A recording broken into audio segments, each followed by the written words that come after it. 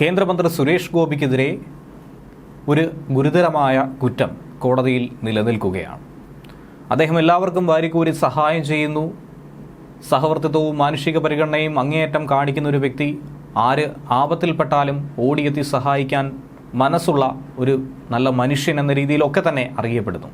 ആരെയും ഉപദ്രവിക്കാതെ എല്ലാവരെയും പരമാവധി സഹായിക്കാനാണ് അദ്ദേഹം നോക്കാറുള്ളത്. പക്ഷേ സുരേഷ് ഗോപിയെ സംബന്ധിച്ച് 7 വർഷം വരെ കഠിന തടവ് ലഭിക്കാവുന്ന ഒരു കുറ്റം അദ്ദേഹം ചെയ്തിട്ടുണ്ട്. ഇതേക്കുറിച്ചുള്ള ഒരു അന്വേഷണത്തിലാണ് ഇപ്പോൾ ക്രൈംബ്രാഞ്ച് സംഘവും ഒപ്പം ഹൈക്കോടതിയും. പുതുച്ചേരി വാഹന രജിസ്ട്രേഷൻ കേസ് തന്നെയാണ് ഏറെക്കാലമായി കേൾക്കുന്ന ഒരു വിവാദം തന്നെയാണ് ഇതിന് ആധാരം. ഇതിൽ നടനും കേന്ദ്രമന്ത്രിയുമായ സുരേഷ് ഗോപി ഹൈക്കോടതിയെ സമീപിച്ചിരിക്കുകയാണ്.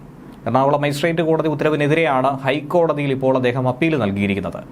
മജിസ്ട്രേറ്റ് കോടതി ഉത്തരവ് റദ്ദാക്കണമെന്ന ആവശ്യമാണ് അദ്ദേഹം മുന്നോട്ട് വച്ചിരിക്കുന്നത്. കേസിൽ നിന്നും തന്നെ ഒഴിവാക്കണമെന്നാവശ്യപ്പെട്ട് നേരത്തെ തന്നെ സുരേഷ് ഗോപി മജിസ്ട്രേറ്റ് കോടതിയെ സമീപിച്ചിട്ടുണ്ടായിരുന്നു.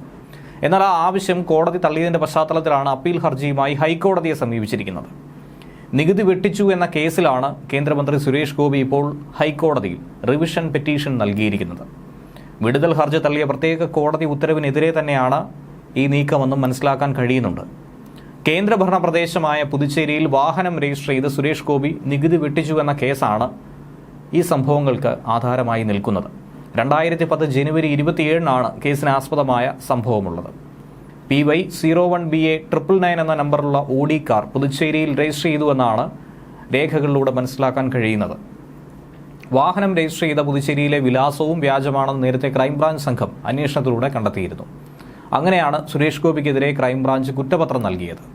നികുതി വെട്ടിക്കാൻ വേണ്ടി വ്യാജ താമസരേഖകൾ സൃഷ്ടിച്ചുവെന്നും മൊഴികളൊക്കെ സുരേഷ് ഗോപിക്ക് എതിരാണെന്നും തിരുവനന്തപുരം CJM കോടതിയിൽ നൽകിയ കുറ്റപത്രത്തിൽ അന്ന് പറഞ്ഞിരുന്നു. സുരേഷ് ഗോപി താമസിച്ചു എന്ന് പറയുന്ന അപ്പാർട്ട്മെന്റിന്റെ ഉടമകൾ ഇതുവരെ അദ്ദേഹത്തെ നേരിൽ കണ്ടിട്ടില്ല എന്നാണ് മൊഴി പോലും നൽകിയിരിക്കുന്നത്. അപ്പാർട്ട്മെന്റിലെ അസോസിയേഷൻ ഭാരവാഹിയും ഇതേ കാര്യം തന്നെയാണ് അന്വേഷണ സംഘം ആരാഞ്ഞപ്പോൾ വ്യക്തമാക്കിയത്.